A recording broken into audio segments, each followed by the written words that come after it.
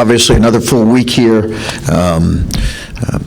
Merrimack's a team that has really a terrific, unique style of play. Their zone is outstanding. They've got aggressive guards. They're disciplined. They obviously had a great year last year. Many people know of the Purdue first-round game against Fairleigh Dickinson. That was a byproduct of the Merrimack team not qualifying for the NCAA tournament, even though they won the league championship and had the longest consecutive wins streak for really heading into this year. So it's a good program, good team, used to winning. Having success, and like I said, aggressive guards, got good size, and they're just really disruptive and active in their zone. So, got to continue to prepare well for them here today. Well, watching them against Maine and the way that they do kind of alternate almost, it seems like up top, like trying to keep track of who goes where was difficult just on the broadcast. Like, what are some of the keys to getting through that and getting your guys into spots where every zone has a weakness, but trying to get guys past that initial line of pressure? Yeah, I think it's it's unique. It's almost like they're forcing you to play left-handed, and they're just unique, in that you see zones on occasion, and they're well coached in terms of their zone principles, in a lot of ways. They do a great job coaching them, making sure they're active. They play it really hard, and they're disruptive. They're really disruptive. So I think you obviously can practice against it, but it does take a little bit of a feel at them once you get in the game. There's going to be a little bit of that where it takes you a minute to get a feel, and we'll prepare them as well as we can, and I think we've had good preparation, but there's an element of when you see it, you're going to see it every possession for 40 minutes. I think that's part of the reason why they've gotten so good at it, is it's their staple and it's what they do. I know that, I'm sure on every team that you coach, you'd like to have a Kyle Young or an E.J. Liddell. Those strike me as guys that were very effective against zones, and you could get them into a little bit of space, they could make something happen. Where do you think you are on this roster, having guys that can do some of those things? Like, could Evan do some things like that, where he could be a guy that gets into a space and hits a shot? Or where do you think you are in trying to get guys against some of these zones to play? Yeah, I think we're still developing that, and utilizing that, and we've been really good against zones over the years, and particularly when EJ was here, because he was the best I've ever coached against the zone, in the middle of the zone, because not only could he be really accurate from 15 feet, but he also could drive you, and was so good in the middle tunnel at attacking a mismatch or attacking guys that are bigger, and he was such a quick jumper and so explosive, even though he was 6'7". He's the best I've ever coached in the middle of a zone. I think we have some guys that can grow into that and get better with that, but there's different ways. They do a good job keeping it out of the middle as well. There's different ways to attack it, and we'll look to do that. But I do think we have some guys that can grow into that. EJ he was always good in there, but his last 2 years, he was just phenomenal in there. I know Oakland was more of like a 1-1-3, and it kind of morphed into a 2-3, and I guess this is more of a 2-3 that you'll see. Yep. But how much does that help to have already seen a zone earlier this season? And how much does that factor into preparation for this? I think it helps. It also gives them an idea of how we might have attacked too. So there's advantages both ways, but I think it does help for sure, just to have multiple possessions against it. And when when we scrimmaged a couple times, it's particularly against Clemson, I knew we were going to see zone, so I asked to be able to play 10 to 12 possessions against it. So, but I think you got to play it. You got to continue to, guys got to get comfortable with it. But there's no question that having seen it as much as we did in the first game will hopefully help. And we were talking to Evan, it's an adjustment, obviously going from one school to the next, but starting when he didn't start last year is a different role too. I guess, what do you want to see from him both defensively but also offensively? What kind of role do you hope to get from him? I think he's got to be a really good rebounder for us. He's got to be a really versatile defender. He's got to be able to switch 1 through 4 and challenge perimeters. He's also got to be able to guard bigger guys. And I think there'll be a time throughout the year when maybe we want to play a little bit smaller and more versatile, where we just play 2 forwards, and he's going to have to be able to guard bigger guys. So I think his greatest strength as a player is going to be being able to guard as many as 5 positions on the floor when he's really playing, and I think that's a great strength. It's a strength that a guy like Jayshawn Tate had here, where he could guard 5 positions. When you have a player like Felix who can be such a defensive presence but has also dealt with foul trouble, how do you work through that in practice? Because obviously it's different once you get on the court and you're seeing different things, it's being called differently. How do you help him through some of that? Well, a lot of his fouls have come from just he needs to have better awareness off the ball. He's gotten face cut a couple times, and then when he reacted and chucked the guy, he got a foul called. So I think just better awareness off the ball, better stance. Felix has done a good job being the second off the floor, and we preach that a lot for a guy like him. And he's heard us say that a million times. At his size, he needs to be the second off the floor, and when he does that, his timing's pretty good. I think there's discipline required there, but some of his fouls have come off of offensive rebound attempts, which we're okay with living with 1 or 2 of those. The ones we have to eliminate are the ones where he's out of a stance off the ball. And just in general, how do you feel like he has adapted to starting more, kind of being that defensive stopper, so to speak, or the last line of defense? He's got to rebound better. Okay. Yeah, he's got to rebound better, far better than what he has. And he knows that. He's more capable than what he's shown at rebounding the ball, and that's an area he's got to take another major step.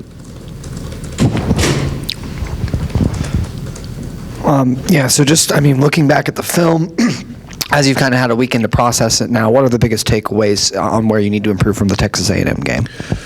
Well, looking back on as I said after the game, I thought we did some really, really good things. And, our ability to kind of read their traps and read where the defensive help was coming from and make the right play. And, we did that far more than we didn't do it. I thought that was just a really good thing for our guys to take the game plan and implement it. I thought we had a good physicality to us for the bulk of the game. At what I mentioned after the game is still true today. We've got to rebound better defensively, and we've got to be able to guard guards like that better than what we did, both in our pick and roll coverage and being connected to the ball, and then guarding in isolations. You mentioned several times, of course, the mix of styles across these first 3 games. Was there anything intentional about scheduling to get that? And I guess whether or not that's the case, is there a benefit? What is the benefit of seeing that mix of styles as the season starts? Yeah. Not really. There wasn't anything intentional other than I thought it would test our guys in a lot of ways. I wanted to play good mid-majors, which I think we're doing here, that have, gone into places and played really well and won. And so I think we've done that. And then I think the benefit can be if we can kind of grow in our understanding of how to attack defenses and offenses.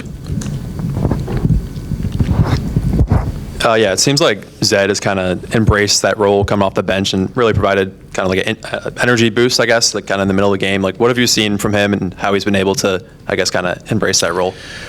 Yeah, he's done a good job with it, and he's a good player. There have been other examples. Travion Williams was a first-team All-League guy and came off the bench. So there's been other examples of guys who've really thrived in a role like that. But he's done a good job with it, and just has to continue to grow and continue to help impact this team. I like how he's rebounded. I think he can do it at an even higher clip. But I like where his mind is right now. And then I guess for Scotty and Devin, just first 2 games, like what are your kind of first impressions of them on the court? Yeah, just got to keep taking the feedback from the game, getting better, growing and learn every day in practice, get better, deal with the ups and downs of being a freshman, and that's the expectation for him. And it's a very long season in college basketball, as we all know in this room. So that's important. Is every day you're just taking that feedback and getting better. Looks like Bruce and Roddy, I don't know if efficient is the right word, but productive. I don't know. How do you qualify it? Are you happy with their efficiency? I mean, their stats are good, but that's outside looking in. For you and what you're trying to accomplish, are you happy with their efficiency through the first 2 games? Yeah, for the most part. I think consistency is what we're looking for when you have 2 sophomores, in particular Roddy, who's now in a much bigger role than what he played last year. So that's what we're really looking for, is consistency with those guys. As you guys know, it's always the sign of a good player when you're your performance is consistent, relatively consistent. So I think that's the challenge we have for those guys, is be consistent. They can certainly do a few things better, and they know that. But they've had some good moments here early in the season for sure, and some real things where you're saying, wow, those guys, if they keep getting better, can really be an important part of this particular team, and that's exciting. Really, really exciting. I mean, Roddy has been pretty good, it seems like, setting other people up, and find with his vision and his passing have been much improved, I suppose, over what we saw from him last year. Just is that an area where you're happy to see him grow and develop, I suppose? Yeah, he's really got playmaking ability at 6'4". We've always known that about him when we recruited him. It really helps when you put him out there with guys who can shoot it, because he's almost a natural playmaker, and we know he's got the ability to shoot it and will from 3. But he's done a good job, and this will test him tomorrow, because they're so active in gaps. They're so active, and he's going to have to really make reads in those situations. A couple of the other guys, I know. Bonner, Mahaffey, even Battle to a point. What maybe been the points of emphasis for those guys off of the first couple games to, I don't want to say get involved, but to maybe be more productive, more supportive, just to help you make winning plays, I suppose. They're veteran guys. Yeah, some of it's been practice. They've got to do it in practice first, and they've got to do it consistently in practice. I think Evan gave us some really good minutes the other day, both defensively and offensively. I think that Jamison will continue to get more and more comfortable offensively, and he's got a rebound for us at a continued better level, Steve. And then I think Dale, some of it's a comfort thing for him, and I think he'll get there. Some of it's getting some minutes under his belt and live action. But I'm pretty confident in what all 3 of those guys can provide for us.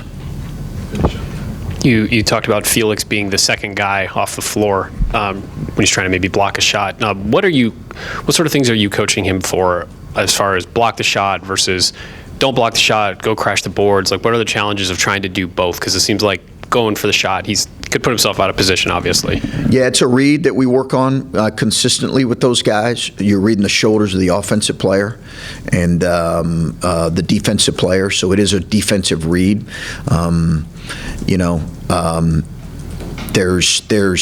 can't just be reckless in flying around, because you're often, guarding the best rebounder on the other team, or at least the biggest rebounder. So I think there's a one of the things I've always been impressed with Felix. I've talked about his rebound and needed to get much better, but he brings a really good mind to the game.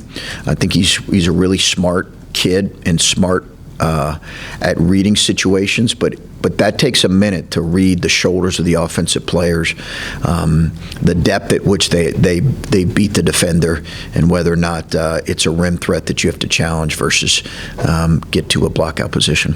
He was talking about watching film, and that you have to both of them were saying you have to understand that going over film, pointing over mistakes, it's not a personal thing. It's your coaches, your teammates are trying to get you better.